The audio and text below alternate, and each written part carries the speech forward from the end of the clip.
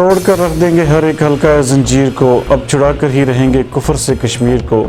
نواں لاہور میں مسیحی برادری اور امن کمیٹی کے زیر اہتمام کشمیری بھائیوں سے اظہار یکجہتی کے لیے ایک ریلی کا انعقاد کیا گیا۔ توبہ ٹیک سنگھ سے ہمارے بیورو چیف ذوالفقار بھٹی کے مطابق ریلی کی قیادت قادر پرویز ایمینول پیرش بریسٹ، امن کمیٹی کے صدر افتخار جلوی، ڈاکٹر افنان اور مہر اظہر نے کی۔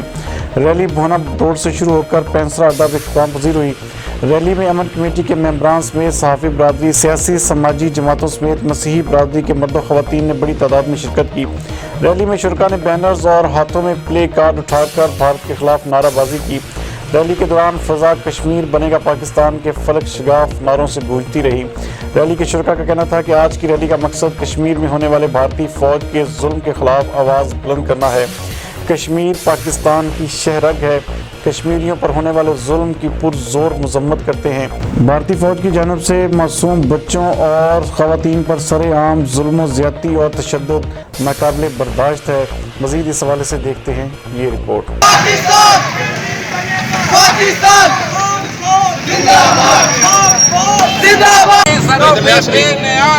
سنسناتی گولیوں میں فوجیوں کا التحام، موت کا یہ گھوڑا کیسے ہو گیا ہے بے لگام۔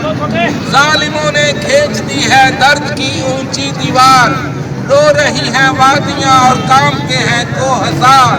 موت کی وادی میں کھو گئے کیسے کیسے شاہ سوار، کاش دنیا میں کوئی ان کا بھی ہوتا غم گسار۔ دیکھتے ہیں کون سنتا ہے یہاں حق میں آواز،